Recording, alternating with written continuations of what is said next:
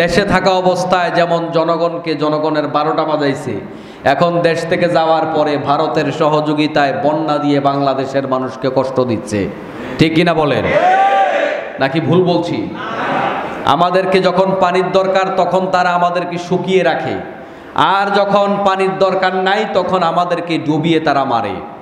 ভারতীয় বিভিন্ন চ্যানেলে ইতিমধ্যে বাংলাদেশের এই বন্যায় যখন এই দেশের মানুষ কষ্টে আছে, তখন এই বন্যাকে নিয়ে বিভিন্ন বাংলাদেশিদেরকে কটূক্তি করে বিভিন্ন ব্লগিং করে আমাদের হৃদয় আরো বেশি ক্ষতবিক্ষত করে দিয়েছে। ঠিক কিনা বলেন? প্রমাণিত হয়ে গেল এরা আমাদের প্রকৃত বন্ধু নয়।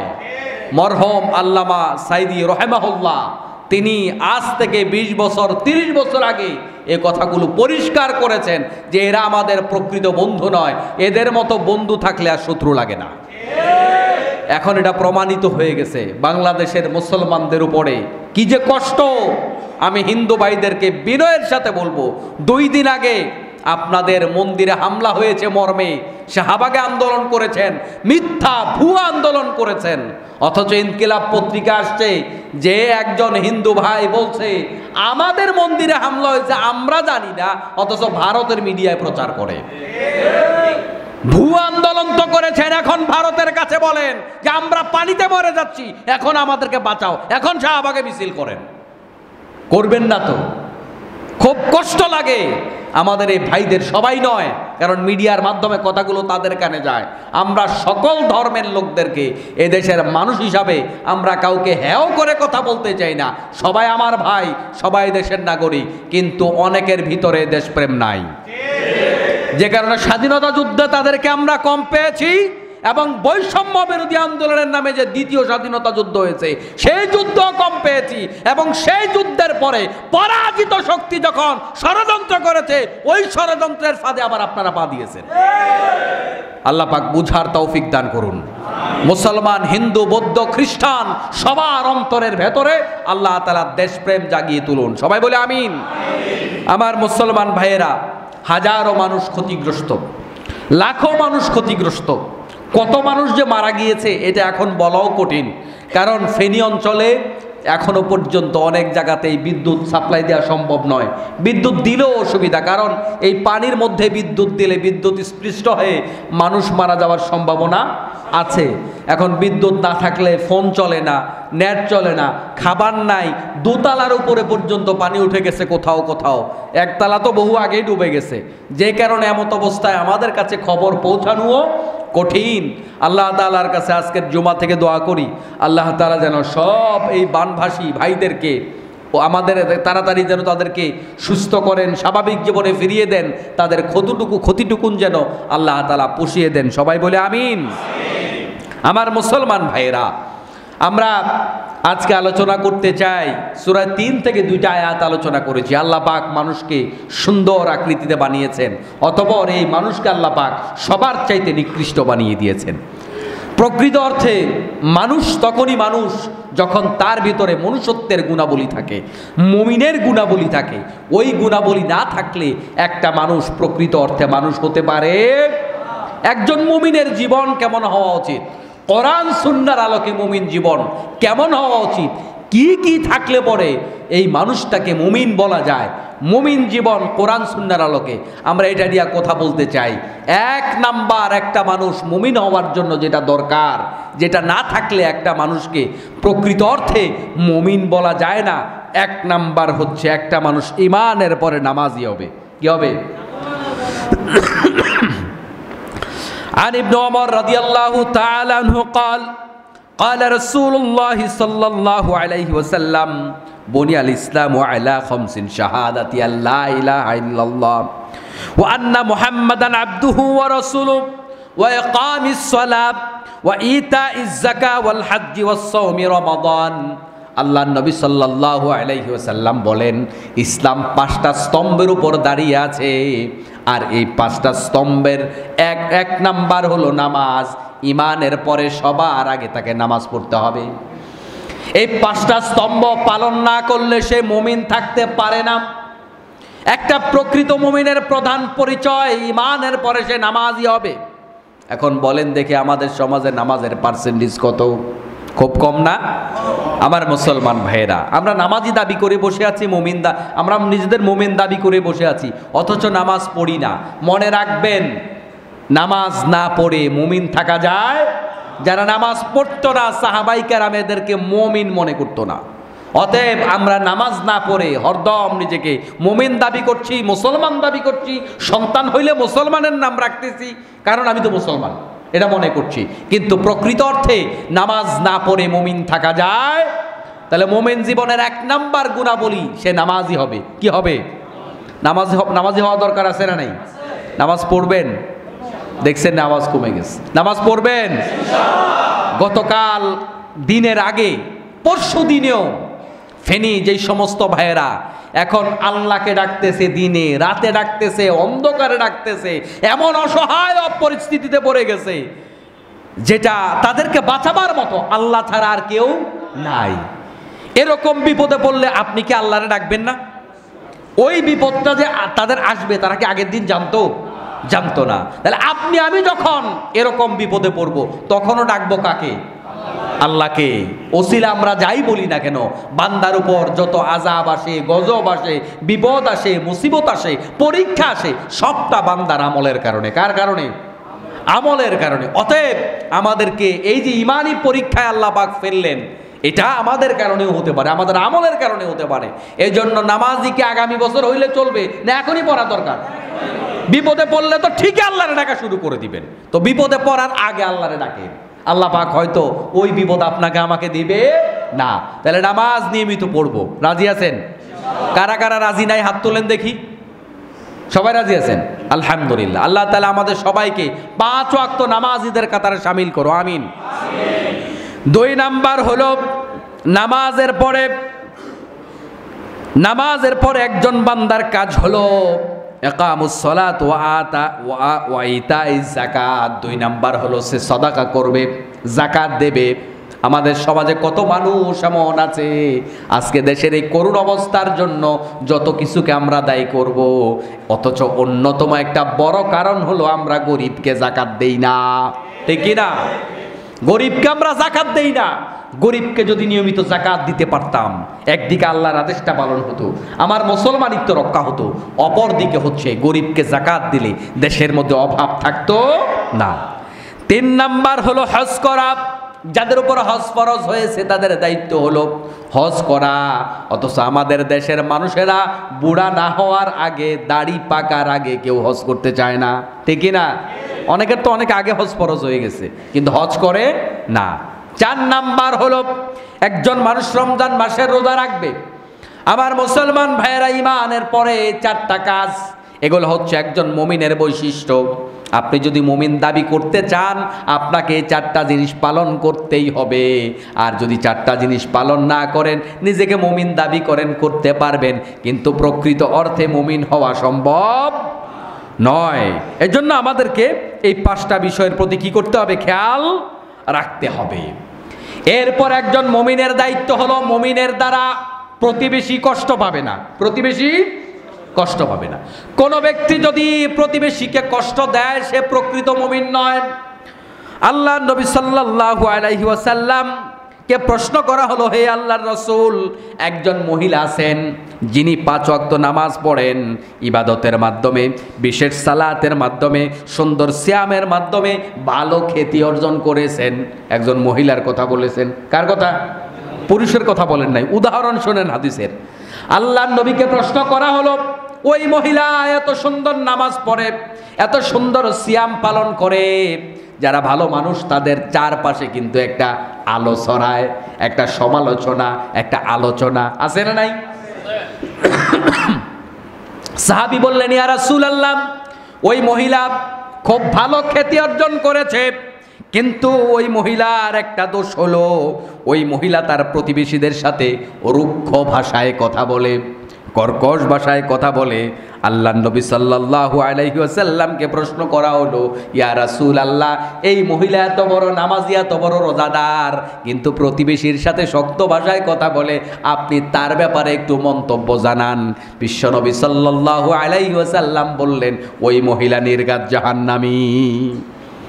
তাহলে বোঝা যায় আপনার ব্যবহারে যদি প্রতিবেশী কষ্ট পায় আপনি জান্নাতে যেতে পারবেন না।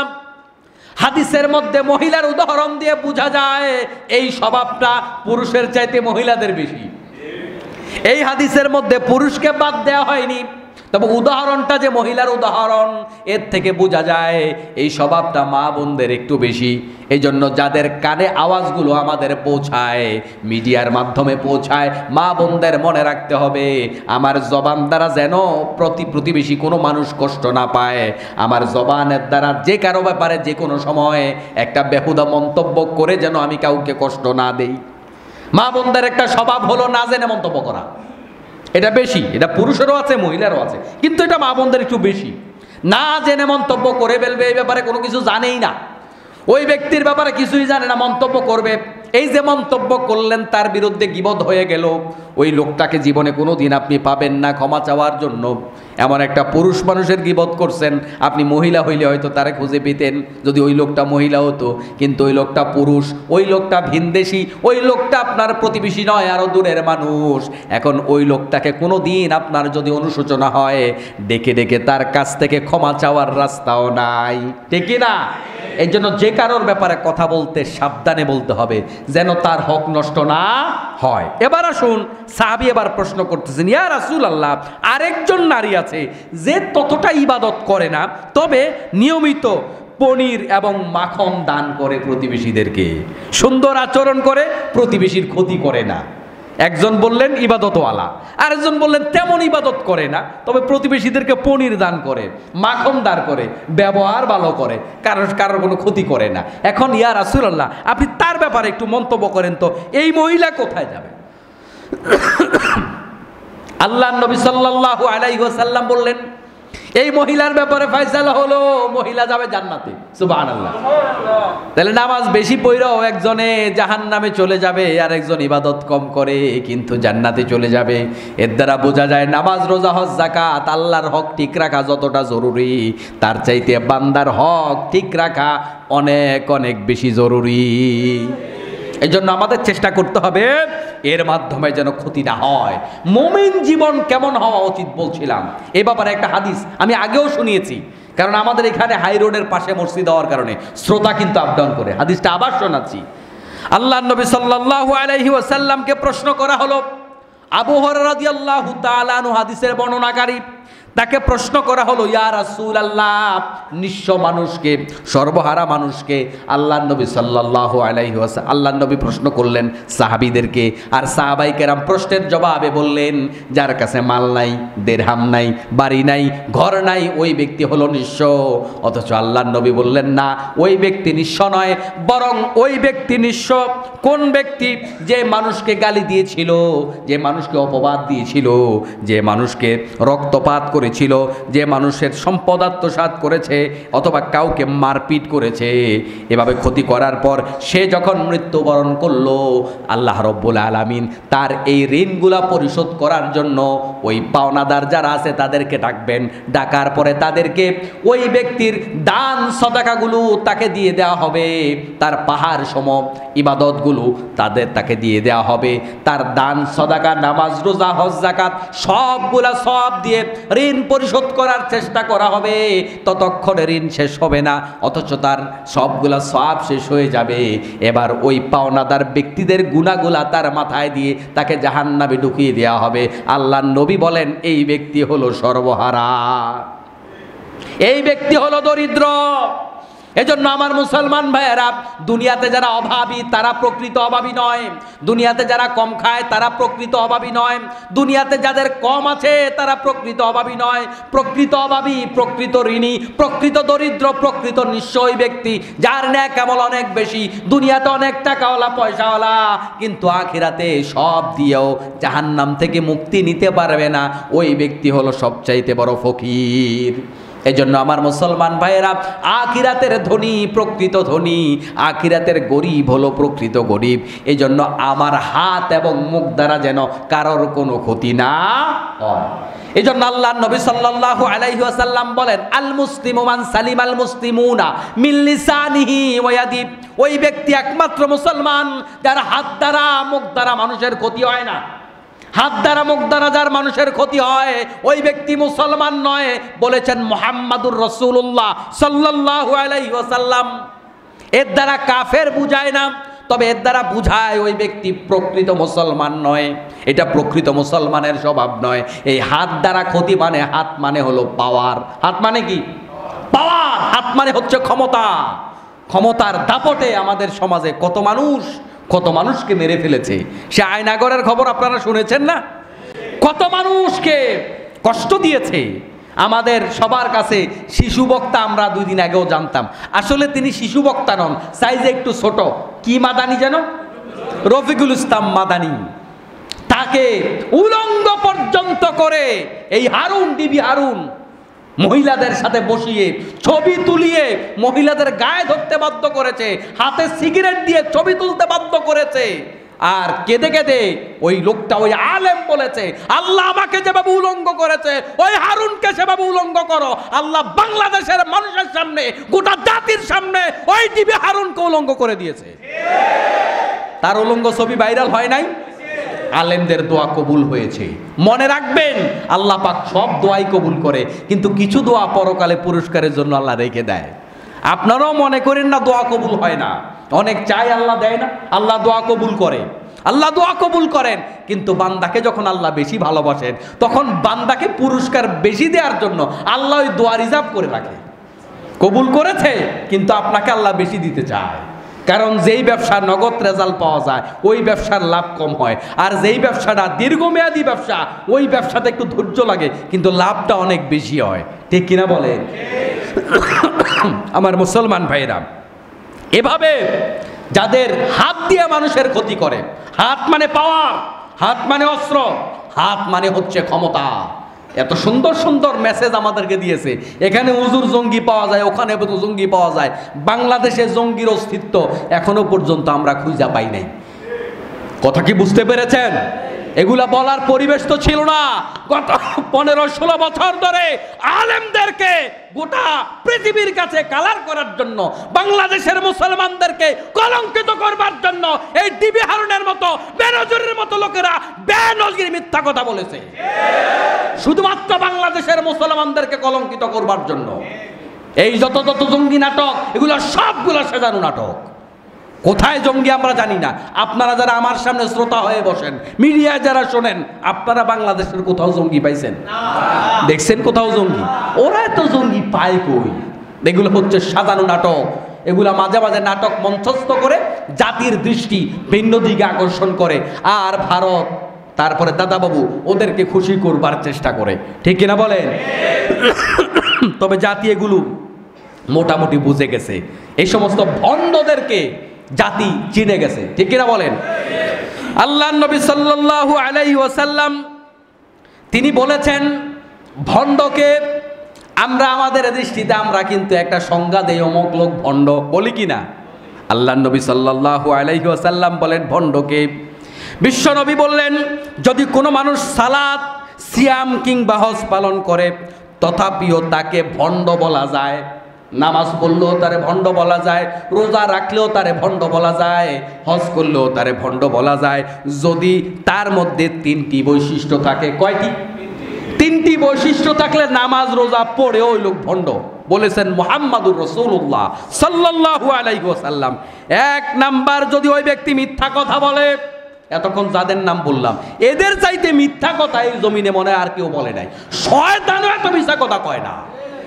যারা ইমিডিয়েট বাংলাদেশ থেকে পালিয়েছে ওই মিথ্যুকেরা মিডিয়ার সামনে দাঁড়িয়ে এত মিথ্যা কথা কইছে, শয়তানও মনে হয় চিন্তা করছে, আল্লাহ আমি আর কি শয়তান, আমি তো এত মিথ্যা কথা জানি না। আল্লাহ আমারে যে কি বলে যে দুনিয়ায় পাঠাইছে, বাংলাদেশে তো আমার থাকার কোনো দরকার নাই, কারণ বাংলাদেশে যেই পরিমাণ প্রতিনিধি আমার আছে, যেই পরিমাণ মুরিদ আছে, আমার মতো পিসাব তো ফেলটু।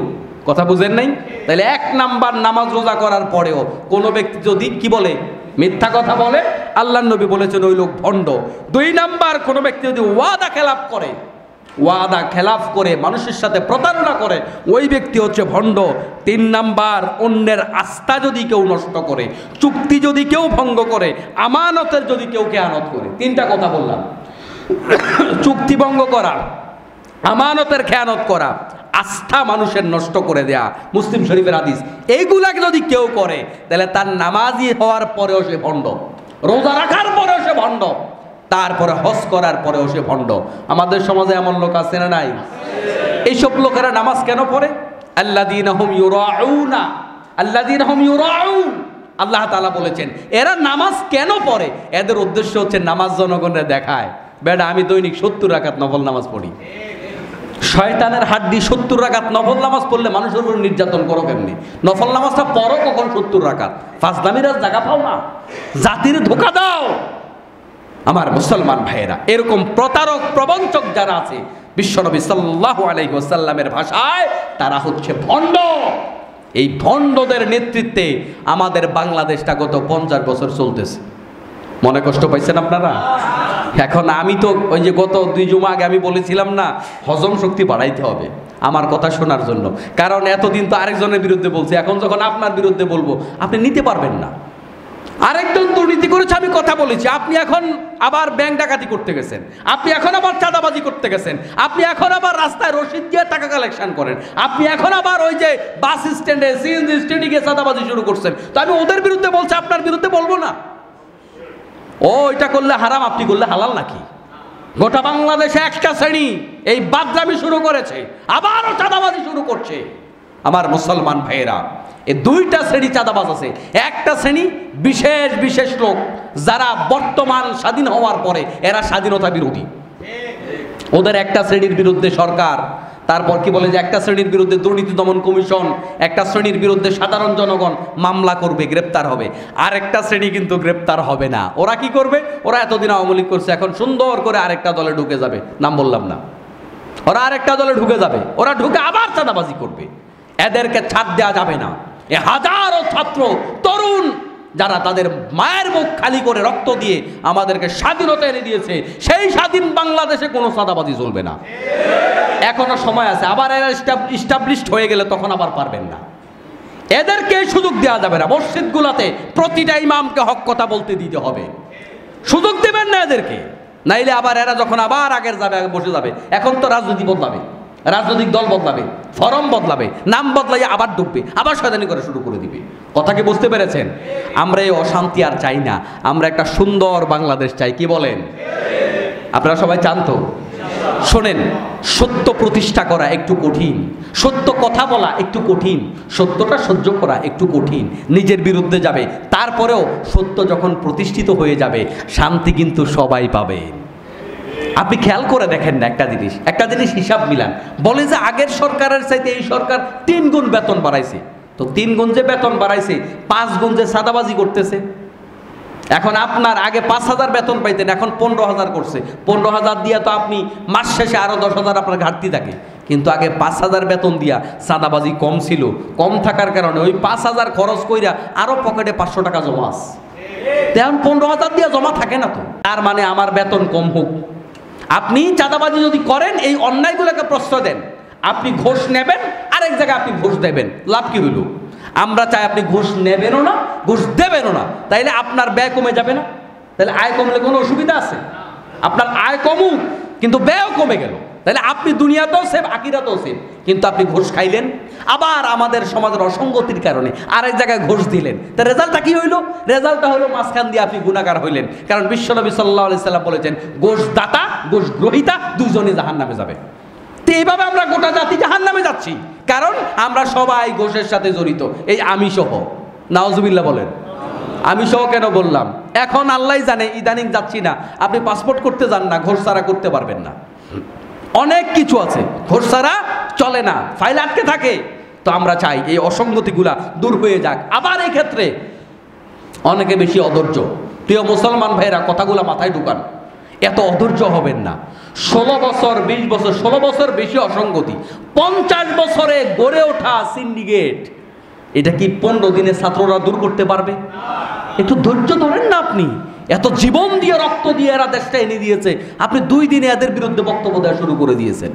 না, এটা ঠিক নয়। একটু সুযোগ দেন, সুযোগ দেন। আইন হাতে তুলে নেবেন না। তবে যারা চিহ্নিত অপরাধী, মানুষ খুনের সাথে সম্পৃক্ত, বড় বড় অপরাধের সাথে সম্পৃক্ত, তাদেরকে আইনের আওতায় নিয়ে আসেন। সাধারণ অপরাধী যারা, তাদেরকে ইসলামের দাওয়াত দেন। ভাই আসেন, জুলুম বহুত করছেন, এখন নামাজ পড়েন, এখন ইসলামওয়ালা হয়ে যান, এখন কোরআনওয়ালা হয়ে যান।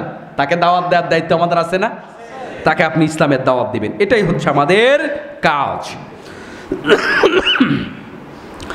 আমার মুসলমান ভাইরা, বিশ্বনবী সাল্লাল্লাহু আলাইহি সাল্লামের একটা সুন্নাত ছিল, যখন মক্কা বিজয় হয়েছে রাসূল সাল্লাল্লাহু আলাইহি সাল্লাম ওটের উপরে বসা অবস্থায় রাসূল সাল্লাল্লাহু আলাইহি সাল্লাম সেদিন এত বেশি খুশি হয়েছেন, খুশির পাশাপাশি আল্লাহ পাকের প্রতি এত বেশি কৃতজ্ঞ হয়েছেন, রাসূল সাল্লাল্লাহু আলাইহি সাল্লাম কৃতজ্ঞতার চোটে তার মাথা উপরের দিকে উঠাতে পারছিলেন না। আল্লাহু আকবার। তাইলে আপনি আমি যে একেবারে বিজয় মিছিল শুরু করছি, এটা কি রাসূল সাল্লাল্লাহু আলাইহি সাল্লামের সুন্নাত? না। রাসূল সাল্লাল্লাহু আলাইহি সাল্লাম মক্কা বিজয়ের পরে তার মাথা মোবারক উপরের দিকে উঠাচ্ছেন না, উপরের দিকে উঠাতে পারছেন না, কৃতজ্ঞতায়, বিনয়ের কারণে, যে এই বিজয়টা আল্লাহ দিয়েছে। কে দিয়েছে? আল্লাহ তাআলা দিয়েছে। আমার মুসলমান ভাইয়েরা, এরপরে মুমিন জীবনের কাজ হলো আত্মসংস্কার করা। কাদ আফলাহা মান তাযাক্কা, যে নিজেকে, নিজের আত্মাকে পরিশুদ্ধ করলো, সে সফল কাম হয়ে গেল। নিজের অন্তরাত্মাকে যাবতীয় হিংসা থেকে মুক্ত করা, অন্তরকে যাবতীয় হিংসা থেকে, গীবত থেকে, অহংকার থেকে মুক্ত করা। আমার মুসলমান ভাইয়েরা, আমরা অনেক সময় আমাদের বিভিন্ন কাজে আমাদের ভিতরে অহংকার ঢুকে যায়, আমরা নিজেরাও জানি না আমার দ্বারা অহংকারের আচরণ প্রকাশ পায়। আছে না নাই? এই জন্য চেষ্টা করব কোনোভাবেই যেন আমাদের অহংকার ভিতরে না আসে, অন্তরের ভিতরে কোনো রকম লোভ যেন না আসে। লোভ জিনিসটা বড় মারাত্মক, এই লোভ যেন অন্তরের ভিতরে না আসে। আল্লাহ নবী সাল্লাল্লাহু আলাইহি ওয়াসাল্লাম বলেন, আদম সন্তানেরা তাদের ভিতরে দুইটা জিনিস কখনো যায় না, এটা আদম সন্তানেরা কখনো ছাড়তে পারে না। মুসলিম শরীফের হাদিস। এক নাম্বার হলো তার বৃদ্ধ বয়সে পৌঁছে যাওয়ার পরেও দুইটি জিনিস ছাড়তে পারে না বনি আদম। এক নাম্বার হলো লোভ, আর দ্বিতীয়টা হলো অফুরন্ত আশা। ঠিক না? বুড়া হয়ে যাওয়ার পরে, বয়স 80 বছর, এখনো 30 বছর বাঁচার আশা ভরসা করে। আছে না নাই? এটা আল্লাহ নবী বলেছেন যে লোভ এবং আশা এই দুইটা ছাড়তে পারে না। কিন্তু এই দুইটা জিনিস মারাত্মক। যত পাপ আমাদের সমাজে হয় তার একটা বড় কারণ হচ্ছে লোভ এবং আশা। আশা আমরা ছাড়তে পারি না, এই দুইটা জিনিস আমাদের ভিতরে আছে। বুখারীর বর্ণনার একটা জিনিস দেখেন, লোভের উদাহরণ আল্লাহ নবী সাল্লাল্লাহু আলাইহি ওয়াসাল্লাম যেভাবে দিয়েছেন, যদি কোনো আদম সন্তানকে স্বর্ণের তৈরি একটা উপত্যকাও দিয়ে দেওয়া হয়, তারপরে সে বলবে এরকম আরেকটা উপত্যকা কি আছে? বিশাল একটা স্বর্ণের পাহাড় যদি তাকে দেওয়া হয়, সে বলবে যে আমার কি আরেকটা পাহাড় আছে এরকম? আল্লাহ নবী বলেন সে আরেকটা উপত্যকা চাইবে। মাটির ধুলার সাথে মিশে না যাওয়া পর্যন্ত আদম সন্তানের চাওয়া, আদম সন্তানের ক্ষুধা কখনোই মিটবে না। আসলেই তো বাস্তবতা। এই জন্য এই হাদিস পড়ার পরে আমার আপনার দায়িত্ব কি? আমার যতটুকুন আছে ততটুকুতে আমাকে আলহামদুলিল্লাহ বলতে হবে। ঠিক না? সবাই বলেন আলহামদুলিল্লাহ। এই যে ফেনীর কথা এতক্ষণ বললাম, যারা এই সব কিছু হারিয়েছে, তাদের খাবারের চালগুলোকে আনতে পেরেছে, টাকা পয়সা আনতে পারছে? এই বন্যায় কি জীবন বাঁচাবে না টাকা বাঁচাবে? জীবন বাঁচানো দরকার না আগে? তারপরে কত লোক গাছের মধ্যে উঠে বসে আছে, ছাদে বসে আছে, খাবার নাই, ঘরে যা ফার্নিচার ছিল, যা মালামাল ছিল, সব কিছু নষ্ট হয়ে গেছে, অভাবের মধ্যে পড়ে গেছে প্রতিটা মানুষ। তাহলে শূন্য হইতে কি সময় লাগে? শূন্য হইতে কোনো সময় লাগে না। আল্লাহ পাক চাইলে আমার আপনার এখন যা আছে তার থেকে নিচে নামাইতে 1 মিনিটও সময় লাগবে না। এই জন্য আমাদের উচিত যে অবস্থায় আছি, আল্লাহ আলহামদুলিল্লাহ ভালো আছি, আল্লাহ যদি আরো বেশি দেয় আলহামদুলিল্লাহ, কিন্তু আল্লাহ যদি আর না দেয়, আমি যেখানে আছি এই অবস্থাতেই বলতে হবে আলহামদুলিল্লাহ। কেন বলবেন? কেন বলবেন আলহামদুলিল্লাহ? শোনেন, আপনি যে অবস্থাটাতে আছেন, এই অবস্থাটাতে পৌঁছার জন্য বহু মানুষ তাহাজ্জুদ নামাজ পড়ে দোয়া করে, আল্লাহ ওর মতো আমারে বানায়া দাও। চিন্তা করে দেখেন তো একটু, বিষয়টা এরকম না? আপনি যে অবস্থা আছেন, কত লোক মুনাজাত করে দোয়া করে, আল্লাহ ওই হুজুরের মতো তার অবস্থাটা আমারে দেও, কত ভালো আছে। আপনি যে অবস্থা আছেন, যার চাকরি নাই, আপনি ভাবছেন আপনি একজন সাধারণ শ্রমিক, কত লোক হাত নাই পাও নাই, আল্লাহ যদি আমার হাত পাটা ভালো করে দাও, তার মতো একটু যদি খাইটা কাজ করে খেতে পারতাম, তাতেই আল্লাহ আমি খুশি। আছে না নাই? আর যেই লোকটা এটাও নাই, তবে বেঁচে আছে, ভালো কিছু করতে পারে না, তার চাইতে অসহায় অসুস্থ যিনি, সেই লোকটা আল্লাহর কাছে ফরিয়াদ করছে, আল্লাহ কোনো রকম যদি আমার জানটা তুমি বাঁচায় দিতা, জানটা নিয়ে যদি বাঁচতে পারতাম, চলতে পারতাম, কতই না ভালো হতো। তাহলে আমরা এখানে যারা শ্রোতা হিসাবে আছি, প্রত্যেকেই আমরা যে যেই জায়গায় আছি, আমার জায়গায় আসার জন্য আরেকটা লোক দোয়া করতেছে, ঠিক কিনা? তাহলে আমাদেরকে আলহামদুলিল্লাহ আসতে না জোরে সবাই বলি আলহামদুলিল্লাহ। এরপরে মুমিন জীবনের অন্যতম একটা উপকরণ বৈশিষ্ট্য হলো, মুমিন জীবনে ইসলামী বিধিবিধান প্রতিষ্ঠিত থাকবে। আর যদি প্রতিষ্ঠিত না থাকে, মুমিন সব সময় ইসলামী বিধান প্রতিষ্ঠার জন্য কাজ করে যাবে। কিন্তু আমাদের সমাজে দেখবেন ম্যাক্সিমাম মানুষ ইসলামী বিধান কায়েমের জন্য তার মাথায় কোনো চিন্তাও নাই।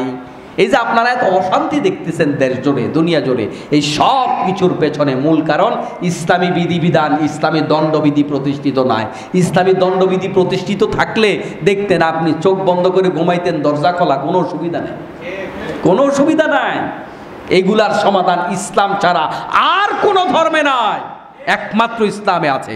আমরা যদি আমাদের সমাজে এটা কায়েম করতে পারতাম, তাহলে আমাদের কি হয়ে যেত? সমাজটা শান্তির সমাজ হয়ে যেত। মুমিন জীবনের আরেকটা বৈশিষ্ট্য হচ্ছে, মুমিন কখনো জালেম হবে না। কি হবে না? জালেম হবে না। মুমিন প্রয়োজনে মাজলুম হবে, কিন্তু মুমিন কারোর উপর জুলুম করবে না, কখনো জুলুম করবেন না। আপনার উপর একটা লোক আঘাত দিয়েছে, একটা লোক চিমটি দিয়েছে, আপনি এখন ক্ষমতায় গিয়ে ওরে খামসি দেন না, এটা করবেন না। আপনি মজলুম হয়েছেন, আপনি পারলে তাকে ক্ষমা করে দেন। আর ক্ষমা করতে না পারলে প্রতিশোধ এতটুকু নেওয়া যায়, সে আপনার ক্ষতি যতটুকু করেছে আপনি প্রতিশোধ অতটুকু নিতে পারবেন, কিন্তু ক্ষমা করে দেওয়াটাই হলো বেটার। এটাই ভালো কাজ, এটাই হচ্ছে বিশ্বনবীর সুন্নাহ। কিন্তু জালেম হওয়া যাবে। মনে রাখবেন, আপনি যদি কাউকে মাজলুম বানান, ওই মাজলুম ব্যক্তির দোয়া এবং আল্লাহর মাঝে কোনো পর্দা নাই। কি নাই? তাহলে বোঝা গেল আমাদের দোয়ার মাঝে আল্লাহর মাঝে পর্দা আছে, কিন্তু যে ব্যক্তি মাজলুম তার মাঝে আর আল্লাহর মাঝে কোনো পর্দা। এমনকি বিশ্বনবী সাল্লাল্লাহু আলাইহি সাল্লাম মুসনাদে আহমদের একটা হাদিসের মধ্যে আসছে, যদি মাজলুম একজন কাফির হয় তাহলেও তার দোয়া কবুল হতে কোনো বাধা নাই। তাইলে আপনি কোন একটা হিন্দু ভাই, বৌদ্ধ, খ্রিস্টান, তাকেও যদি জুলুম করেন, আপনি মনে করছেন হেতের দোয়া কি আর কবুল হবে? আল্লাহ নবী সাল্লাল্লাহু আলাইহি সাল্লাম বলছে, ওই ব্যক্তি যদি কাফের হয়, খ্রিস্টান হয়, বৌদ্ধ হয়, যেই কোনো ধর্মের লোক হোক না কেন, ওই ব্যক্তি বিধর্মী হওয়ার পরেও তার বদ্ধ আল্লাহর দরবারে কি হয়ে যেতে পারে? কবুল হয়ে যেতে পারে। এই জন্য কারোর উপরে এগুলা করা যাবে না। আমাদের মুমিন জীবনের একটা বড় অংশ, বড় অঙ্গ, কারণ আমাদের সবার সন্তান আদি কম বেশ আছে না নাই? এদের সাথে আমরা মিথ্যা কথা বলি। বিশ্বনবী সাল্লাল্লাহু আলাইহি সাল্লামের একদিন একটা হাদিস শোনেন। একদিন রাসূল সাল্লাল্লাহু আলাইহি সাল্লাম আমাদের বাড়িতে থাকা অবস্থায় আমার মা আমাকে ডাক দিলেন। আমার মা রাসূল সাল্লাল্লাহু আলাইহি সাল্লামকে বলছিলেন যে আমি বাড়িতে গেলে আমি তাকে একটা খেজুর দিবেন। রাসূল সাল্লাল্লাহু আলাইহি সাল্লাম তখন মাকে বলছিলেন, তাহলে আপনাকে ওই খেজুর দিতেই হবে, কারণ আপনি দেবেন বলেছিলেন। যদিও খেজুর সামান্য জিনিস, তথাপি ওই খেজুরটা যদি আপনার সন্তানকে না দেন, তাহলে আপনার আমলনামায় একটি মিথ্যা লিপিবদ্ধ হয়ে যাবে। নাউজুবিল্লাহ। এত ছোটোখাটো বিষয়কে আমরা গুরুত্বপূর্ণ মনে করি? মোটেও মনে করি না। তাহলে এই হাদিস বুঝিয়েছে, আপনার সন্তানকে বলছেন যে বাড়ি যাওয়ার সময় খেলনা নিয়ে যাবেন, খেলনা না নিয়ে গেলে আপনার আমলনামায় কবিরা গুনাহ লেখা হয়ে যাবে। অতএব সন্তানরা যখন আমাদের কাছে চাইবে, এদেরকে এমন অফারটাই দিবেন যেই অফারটা আপনি পূরণ করতে পারবেন। যে অফারটা পূরণ করতে পারবেন না, কথা কাটিয়ে যাবেন, হয়তো একটু কান্নাকাটি করবে, কিন্তু তারপরেও সন্তানদের সাথে মিথ্যা কথা বলা যাবে না, এটা খেয়াল রাখতে হবে। আসমা বিনতে ইয়াজিদ থেকে বর্ণিত, একবার তিনি রাসূল সাল্লাল্লাহু আলাইহি ওয়াসাল্লামকে প্রশ্ন করেছিলেন, যদি কোনো নারী মনে কোনো কিছু পাওয়ার ইচ্ছা থাকে কিন্তু সে মুখে বলে ইচ্ছা নেই, তাহলে কি সেটা মিথ্যা হবে? রাসূল সাল্লাল্লাহু আলাইহি ওয়াসাল্লাম বললেন, মিথ্যা মিথ্যাই। আমরা অনেক সময় আছে না, ভাই কি খবর, খাইতে বসেন, কয় না ভাই খিদা নাই, খিদা কিন্তু আছে। আপনার আমল নামায় একটা মিথ্যা, একটা কবিরা গুনাহ আপনার আমল নামায় লেখা হয়ে যাবে। আপনি চুপ করে থাকেন প্রয়োজনে। এই যে আপনার খিদা আছে, আপনি বললেন খিদা নাই, এটা কি আমরা করি না অনেক সময়? কি ভাই আছে না? এটা করতে যাবেন না, যেই কোনো পর্যায়ের হোক। বিশ্বনবী বললেন মিথ্যা মিথ্যাই, এটা যেভাবে হোক। এটা পশুর সাথেও যদি হয়, পশুর সাথেও যদি হয়, কারণ পশুকেও আমরা বিভিন্ন সময় প্রতারণার মধ্যে ফেলে দেই, আছে না?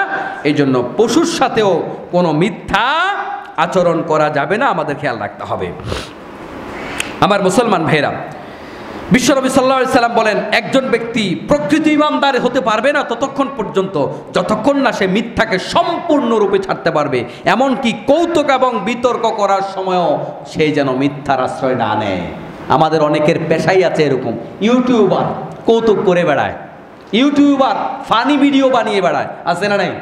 এই ফানি ভিডিও বানানো, ইউটিউবিং করা, এগুলা করতে গিয়ে আমরা অনেকেই এরকম মিথ্যা কথাবার্তা বলে বেড়াই।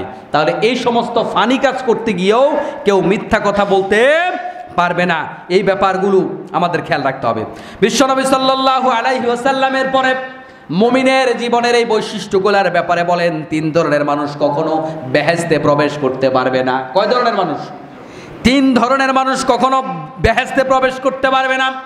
1 নাম্বার হলো এমন বৃদ্ধ যে কিনা অবৈধ যৌন সম্পর্ক স্থাপন করে, অর্থাৎ বুড়াকালে খারাপ সম্পর্ক করে, এমন বুড়া মানুষ যারা, তারা কখনো জান্নাতে প্রবেশ করতে পারবে না।